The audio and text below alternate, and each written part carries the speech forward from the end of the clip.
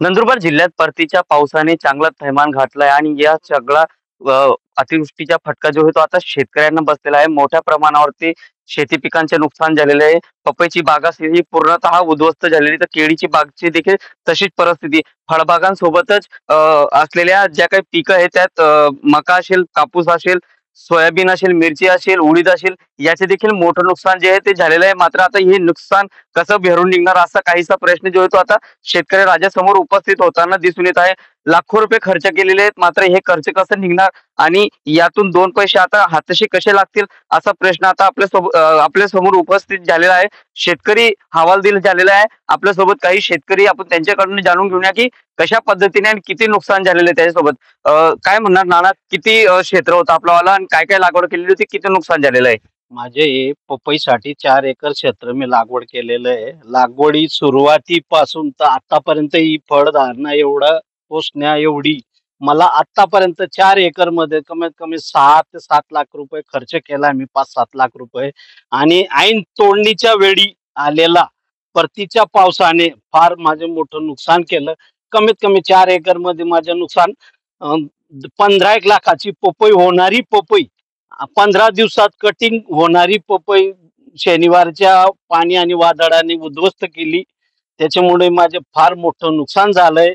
हे तर पपईचं झालं. परत केळी केळी सुद्धा माझी 8 एकर मध्ये कमीत कमी 9,000 झाड पूर्ण उद्ध्वस्त झालंय. ते पण तब्बा झालंय. त्याच्यात बी मला 1 रुपयाचे उत्पन्न काही येणार नाही. त्या 9,000 रुपये खर्चासाठी मी एका झाडाला जैन एरिकेशन टुशिकलचे सगळे रोप माझे लावलेले होते. ते 21 रुपये भावाने ते रोप घेतलेले आणि ऐन माल निघण्याच्या वेळीस मला आतापर्यंत जैन त्या झाडाला सुद्धा 100 रुपये प्रति एका झाडाला खर्च आलेला आहे. तर 8,000 8-9,000ला मी 8-9 लाख रुपये तिथं खर्च केला आहे. परत पपईमध्ये 10-12 4-4 1 लाख रुपये खर्च केलेला आहे. असं पूर्ण माझी 12 एकर शेतीमध्ये पूर्ण मी उद्ध्वस्त झालोय. आणि सगळं केळी आणि पपईच होतं. ऐन निघण्याच्या टायमावरती, दिवाळीच्या टायमावरती माझी निघणार होती सगळं खर्च करून आतापर्यंत मी 12 एकर मध्ये 14 ते 15 लाख रुपये खर्च केलेला आहे. आणि येणारं उत्पन्न कमीत कमी 35 ते 40 लाखाचं निघणार होतं.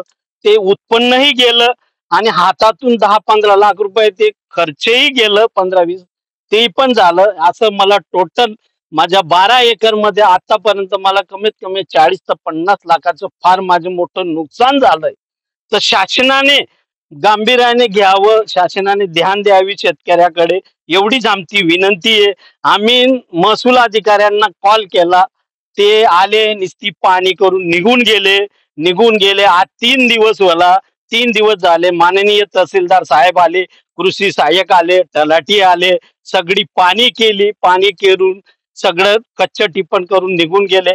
आता 3 ते 4 दिवस होऊन गेले, तोपर्यंत आता पंचनामा केलेला नाही. शासनाने यांनाकडेही लक्ष द्यावं, की त्यांना ताकीद द्यावं, त्वरित पंचनामा करावा. पंचनामा करून शासनाकडे पाठवावं. शासनाकडे पाठवून शासनाने आम्हाला की आमचे उत्पन्न एक बघून, आमचा खर्च बघून शासनाने मदत करावी, एवढीच आमची विनंती कडकडीची. तुटपुंजी मदत मध्ये आमच्याकडनं काही होणार नाही. शासन एवढं जर आमचा खर्च झालाय, एका झाडाला जर आम्ही 100 रुपये खर्च केलाय, तो खर्च तरी मिनिमम द्यावा, एवढी आमची कडकडीची शासनाकडे विनंती आहे.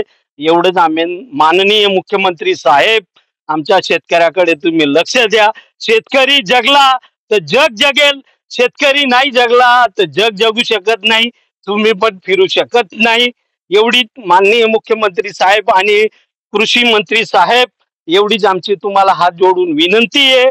तुम्ही सगळे शेतकऱ्याकडे लक्ष द्या आणि भरपाई द्या आणि तातडीची द्या, एवढीच आम्ही तुमच्याकडनं आम्ही विनंती करतो.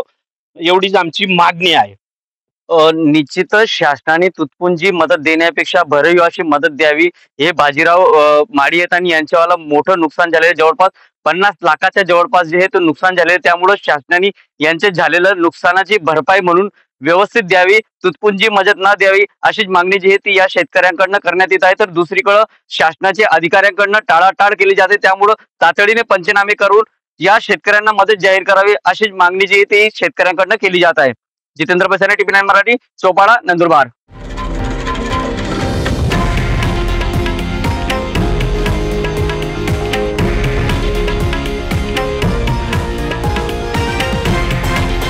हे आहे देशातील नंबर 1 न्यूज नेटवर्क आणि आपण पाहत आहात टीव्ही 9 मराठी, एकमेव.